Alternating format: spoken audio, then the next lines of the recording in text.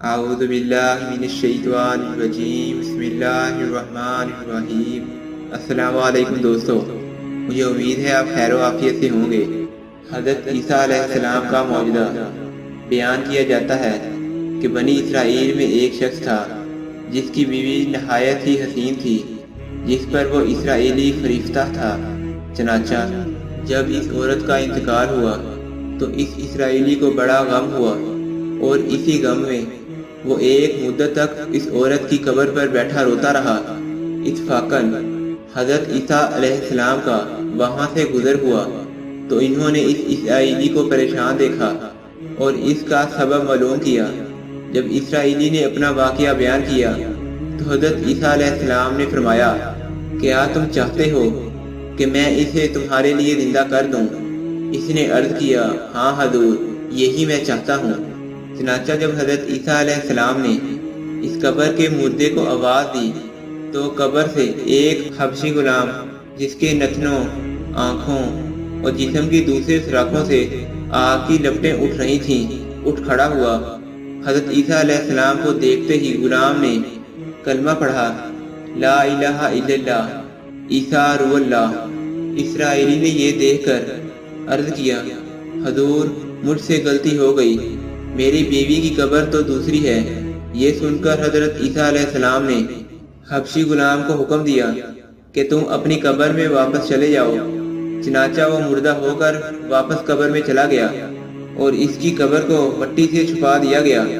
پھر حضرت عیسیٰ علیہ السلام نے دوسری قبر کی جانب توجہ فرمائی اور حکم دیا، اے صاحب قبر، اللہ کے حکم سے زندہ ہو جا۔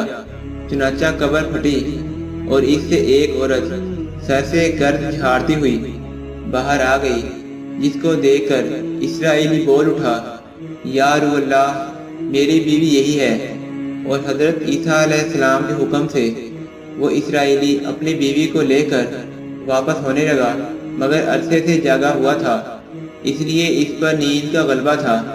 اس نے اپنی بیوی سے کہا، تمہاری قبر پر غریب داری اور بیداری نے مجھے ہلاک کر دیا، اس لیے میں چاہتا ہوں کہ کچھ دیر آرام کر لوں۔ بیوی کہنے لگی، ہاں آپ آرام کر لیجئے۔ چنانچہ وہ اسرائیلی اپنی بیوی کے زانوں پر سر رکھ کر سو گیا۔ اتنے میں ایک گھوڑے پر سوار ایک شہزادہ وہاں سے گزرا، جو اپنے زمانے کا یکتا حسین تھا، جس کو دیکھ کر شہزادیاں خود فریفتہ ہو جاتی اور ان کا دل ان کے قابو میں نہ رہتا۔ جب اس عورت نے اس شہزادے کو دیکھا تو اپنے دل پر قابو نہ رکھ سکی۔ اس نے شوہر کا سر دانوں سے نیچے رکھ کر فراختہ محبت غلبہ عشق سے مجبور ہو کر شہزادے کے پیچھے چلنا شروع کر دیا اور اس کے سامنے جا کھڑی ہوئی، اور ادھر جیسے ہی شہزادے کی نظر اس پر پڑی، وہ بھی اس کو دیکھ کر فریفتہ ہو گیا اور عورت کی خواہش پر اس کو اپنے گھوڑے پر بٹھا کر لے گیا۔ چنانچہ جب اس کے شوہر نے بیدار ہو کر اپنی بیوی کو نہ پایا تو نہایت پریشان ہوا اور اس کے ملنے کی تدبیر سوچنے لگا۔ سوچتے سوچتے آخر اس کے نشان قدم پر چل کر اپنی بیوی کو تلاش کر لیا۔ وہ شہزادے کے پاس پہنچ گیا۔ اپنی بیوی کو شہزادے کے پاس دیکھ کر شہزادے سے عرض کیا، یہ میری بیوی ہے، آپ مہربانی فرما کر اسے چھوڑ دیجئے۔ ابھی شہزادہ کچھ کہنے نہ پایا تھا کہ اس عورت نے کہا، میں تمہاری بیوی نہیں بلکہ شہزادی کی لونڈی ہوں۔ یہ سن کر شہزادے نے اسرائیلی سے کہا، تم مجھ سے میری لونڈی چھیننا چاہتے ہو؟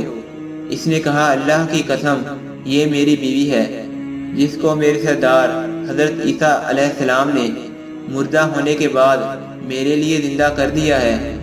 ابھی یہ گفتگو جاری تھی کہ حضرت عیسیٰ علیہ السلام کا وہاں سے گزر ہوا، جن کو دیکھ کر اسرائیل کہنے لگا، یا روح اللہ، کیا یہ میری بیوی نہیں جس کو آپ نے میرے لیے زندہ کیا؟ حضرت عیسیٰ علیہ السلام نے فرمایا، ہاں، یہ تو وہی ہے۔ یہ سن کر یہ عورت کہنے لگی، یا روح اللہ، یہ شخص جھوٹا ہے، میں تو اس شہزادے کی لونڈی ہوں۔ حضرت عیسیٰ علیہ السلام نے فرمایا، کیا تم وہ عورت نہیں جس کو میں نے اللہ کے حکم سے زندہ کیا؟ عورت نے کہا، یا روح اللہ، با خدا، میں وہ نہیں۔ اس کے بعد حضرت عیسیٰ علیہ السلام نے فرمایا، جو جان اللہ کے حکم سے میں نے تجھے دی ہے اس کو واپس کر دے۔ یہ سن کر وہ عورت فوراً سے پہلے دوبارہ مردہ ہو گئی اور زمین پر گر پڑی۔ اور حضرت عیسیٰ علیہ السلام نے فرمایا، جو شخص اس آدمی کو دیکھنا چاہتا ہے جو کافر مرا اور زندہ ہو کر ایمان لایا، تو وہ اس حبشی غلام کو دیکھ لے جو پھر ایمان کی حالت میں مرا۔ اور جو کوئی شخص ایسے انسان کو دیکھنا چاہتا ہے جو مومن مرا، پھر اللہ نے اسے زندہ کیا اور وہ کافر ہو کر اسی حالت میں مر گیا، تو وہ اس عورت کو دیکھ لے۔ اسرائیلی نے قسم کھائی کہ دوبارہ کبھی نکاح نہ کرے گا اور میدانوں کی طرف نکل گیا جہاں اللہ کی عبادت میں زندگی صرف کی اور وہیں اللہ کو پیارا ہوا۔ اللہ اس پر رحم فرمائے۔ میرے پیارے دوستو، اس کہانی کا نتیجہ یہ نکلتا ہے کہ نبی اور رسول کے قرار اور انکار کا نتیجہ اس حقائق سے اظہار ہوتا ہے اور سبق ملتا ہے کہ کامیابی نبی کی اطاعت اور محبت سے ملتی ہے۔ چنانچہ ہمیں ہر حالت میں نبی اکرم صلی اللہ تعالیٰ علیہ وآلہ وسلم کی اطاعت کرنی چاہیے، چاہے دل مانے یا نہ مانے، لیکن نبی کے طریقوں کو لازمی اپنانا چاہیے۔ اللہ اس واقعے سے ہمیں سبق حاصل کرنے اور اس پر عمل کرنے کی توفیق عطا فرمائے۔ آمین۔